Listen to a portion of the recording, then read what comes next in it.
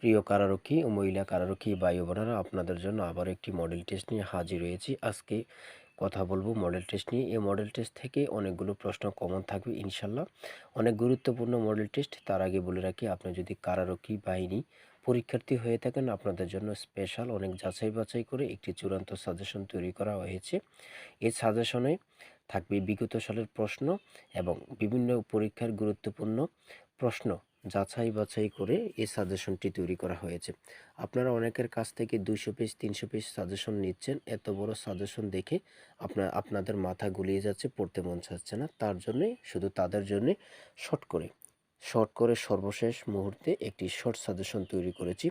ইনশাল্লাহ এই সাজেশনটি নিলে আপনারা শতভাগ কমন পাবেন। সাজেশনের সাথে এক সেট প্রশ্ন পাবেন ইনশাল্লাহ। এই দুইটি সাজেশন ফলো করলে আপনাদের আর কোনো কিছু ফলো করতে হবে না। তাই চূড়ান্ত সাজেশনটি পেতে স্ক্রিনে দেওয়া হোয়াটসঅ্যাপ নাম্বারে মেসেজ করে যে বলুন যে আমি কারারক্ষী চূড়ান্ত সাজেশন পেতে চাই, সাথে সাথে সাজেশন পেয়ে যাবেন। আর সাজেশনের চার্জ মাত্র 50 টাকা। নগদ, রকেট এবং বিকাশে পেমেন্ট করে লাস্ট 2 ডিজিট অথবা স্ক্রিনশট পাঠালে আমি সাথে সাথে আপনাদেরকে এই সাজেশনটি দিয়ে দিব।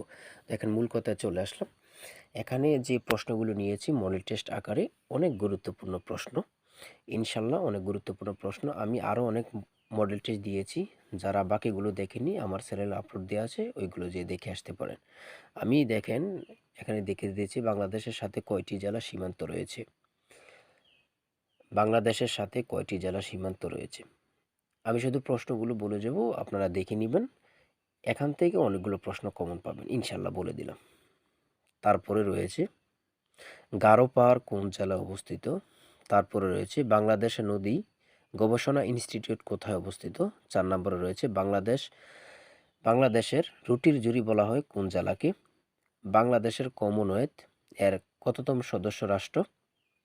তারপরে রয়েছে বাংলাদেশের কোন মসজিদকে ইউনেস্কো বিশ্ব ঐতিহ্য স্থান ঘোষণা করেছে। তারপরে সুইফট কোডের সংখ্যা কত। এগুলো কিন্তু খুব গুরুত্বপূর্ণ খুব গুরুত্বপূর্ণ, এগুলো আপনারা দেখে নেবেন। বাংলা নববর্ষ পয়লা বৈশাখ চালু করেন কে। তারপরে রয়েছে দেখেন কেন্দ্রীয় শহীদ মিনারের স্থপতি কে। এই প্রশ্নগুলো যে কত পরীক্ষা এসেছে সেটা আল্লাহ ছাড়া কেউ জানে না। তারপরে এদিকে রয়েছে মালয়েশিয়ার মুদ্রার নাম কি। তারপরে রয়েছে হিউম্যান ফিফিলোমা কি। তারপরে রয়েছে নিরাপদ মাতৃত্ব দিবস কবে। তারপরে রয়েছে ইনসুলিন কে আবিষ্কার করেন। তারপরে রয়েছে টেস্ট ক্রিকেট দ্রুততম সেঞ্চুরি করেন কে। এগুলো আপনারা দেখে নেবেন, খুব গুরুত্বপূর্ণ প্রশ্ন। এটা দেখেন, বিশ্বের সর্বাধিক ব্যবহৃত ভাষার মধ্যে বাংলা ভাষার অবস্থান কততম। কোন জেলাকে শস্য ভাণ্ডার বলা হয়। তারপরে একটি প্রশ্ন দেখেন, 21শে ফেব্রুয়ারিকে আন্তর্জাতিক মাতৃভাষা দিবস হিসাবে ঘোষণা করা হয় কত সালের কত তারিখ। এই প্রশ্নটি কত চাকরি পরীক্ষা এসেছে সেটা বলে হিসাব দেওয়া যাবে না। কিসের অভাবে গলগণ্ড রোগ হয়।